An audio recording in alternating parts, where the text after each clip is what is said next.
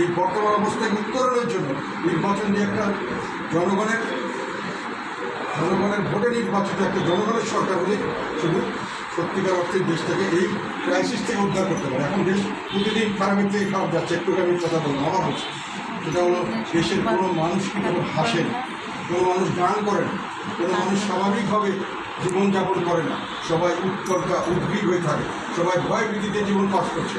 এই ধরনের একটা ভয়াবহ পরিস্থিতি বাংলাদেশের ইতিহাসে আমরা কোনো সময় দেখি।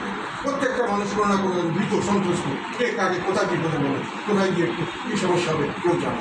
আমি চাকরি যাচ্ছি, কালকে থাকবো কিনা, কালকে জেলে থাকবো না এখানে থাকবো, আমি রাস্তায় যাচ্ছি, আমাকে স্বাভাবিকভাবে পৌঁছাতে পারবো কিনা, আমার গাড়ি ঘোড়া চলতেছে, এখন আমাকে একটু পরে গাড়ি ভেঙে কেউ আগুন লাগিয়ে দিবি কিনা কেউ জানে না, আমার বাড়ি ঘর জ্বালিয়ে দিবি কিনা কেউ জানে।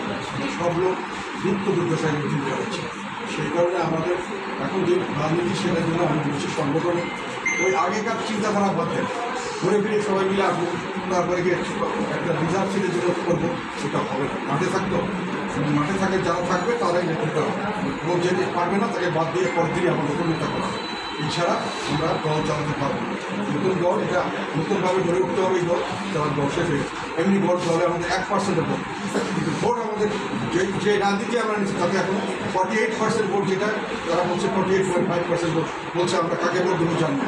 সেই ভোটের বেশি অংশটা আমরা তারা বলছে না কেন?